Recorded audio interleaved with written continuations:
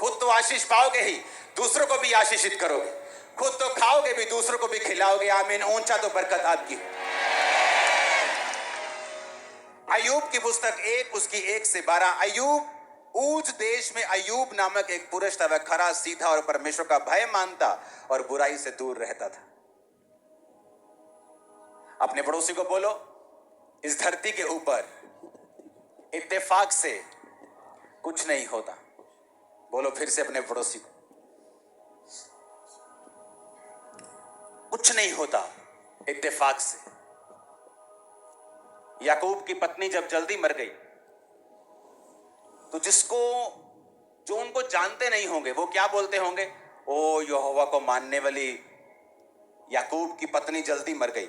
लेकिन उन्हें यह नहीं मालूम था कि जब याकूब की पत्नी ने अपने पिता के देवता चुरा लिए और जब पिता ढूंढता हुआ आया और याकूब को कहा कि मेरे देवता चुरा के लेके आई है तेरी पत्नी, तो उसको मालूम नहीं था कि कोई चोरी हुई है।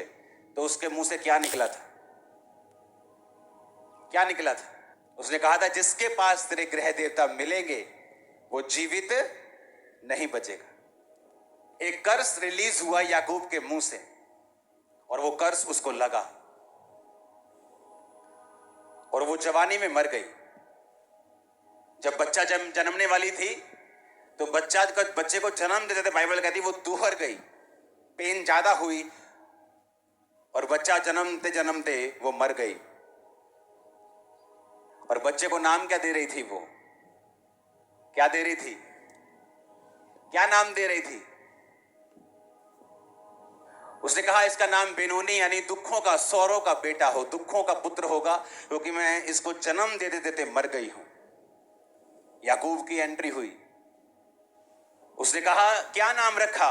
कहते इसका नाम है दुखों का बेटा। उसने कहा नहीं, इसका नाम होगा बेंजामिन, बिन्यामिन। दुखों का बेटा नहीं, सुखों का बेटा, दाहिने हाथ का बेटा। उसने नाम चेंज किया। पता है क्यों?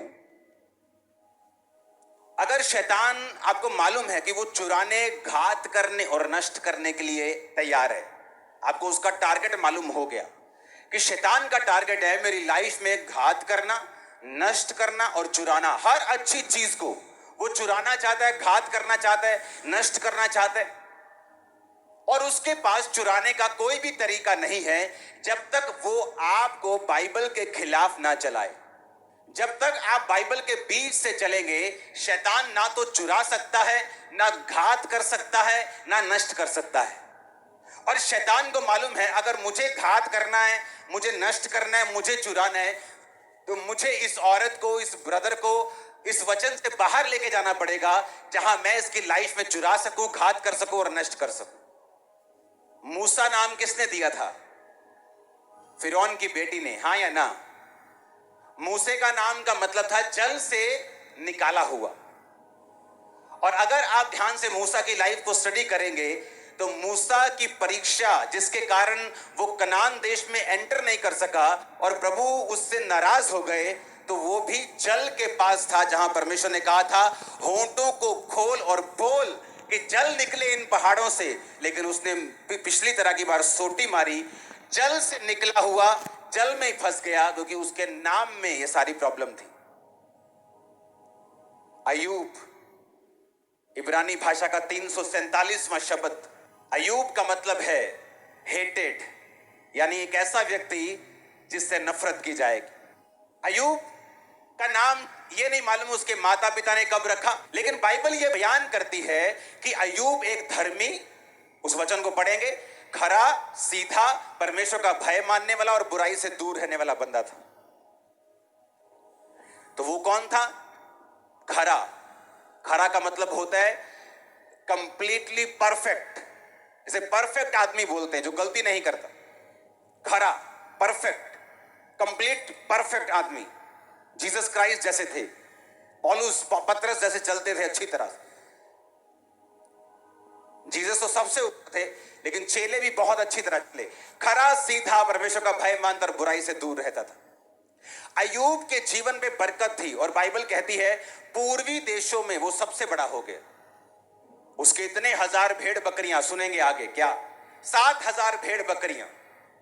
3,000 ऊंट, 500 जोड़ी बैल, 500 गधियां, दास दासियां, इतनी संपत्ति की पूर्वी देशों में वो सबसे बड़ा था। परमेश्वर के सामने खड़ा था, भय मानने वाला था, डर मानने वाला था। उसकी वजह से उसकी लाइफ में बरकत भी थी। बरकत क्या थी? प्रॉपर्टी इतनी बढ़ गई, गधे, गधियां, बैल, खेत, संपत्ति, नौकर चाकर, सब कुछ, बड़ा आदमी बन गया। पूर्वी देशों में सबसे बड़ा था। रीजन ये था क्योंकि वो परमेश्वर का भय मानने वाला और खराई पे चलने वाला, बुराई से दूर रहने वाला इंसान था। लेकिन उसके नाम में एक गड़बड़ थी।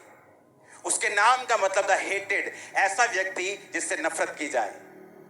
आप रोज एक पुल से होके गुजरते हैं, हाँ, आप रोज आंखें खोल के अच्छी तरह से पुल गुजरते हैं। आप बहुत अच्छे हैं, अभी अभी आप 100 लड़कियों की शादी करवा के आए, आप बड़ा दान पुण्य करके आए, 6 घंटे प्रेयर करके आए। एक दिन आप पुल पे आपने आंखें बंद कर ली, क्या चलेगा काम? चाहे आप अच्छे हैं, लेकिन उन आंखों को बंद करने का खमियाजा उस दिन आपको भुगतना पड़ेगा। अय्यूब के साथ भी ऐसा ही हुआ। अय्यूब को यह बात मालूम थी कि नाम का एक बड़ा महत्व होता है।